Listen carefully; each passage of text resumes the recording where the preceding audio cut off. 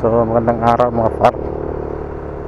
So nandito tayo ngayon sa Novaliches mga par.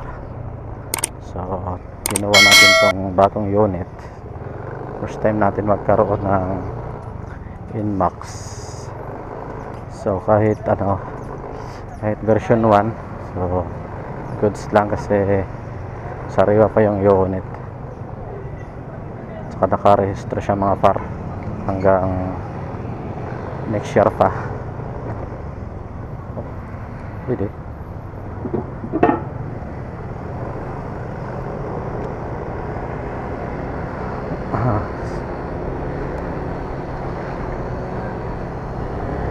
So first ride mga par ang Yamaha Inmax.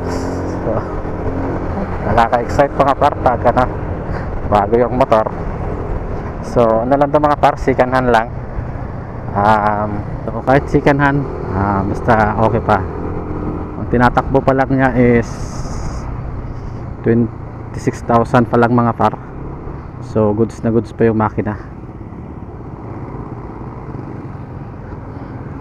So sana magustuhan niya kasi siya naman pumili nito eh. Ang taas pala.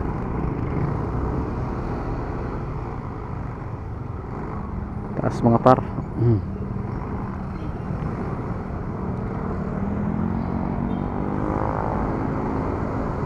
Bunti.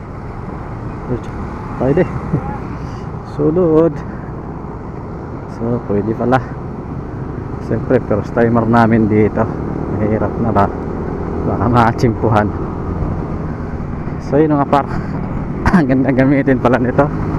Kaya pala maraming nag-i-Inmax.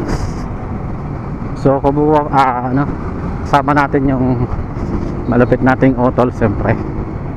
Siya yung kumuha nung isang araw ng version 1 na Inmax. So goods din yung nakuha niya, kaya napakuha din tayo ng ganitong unit.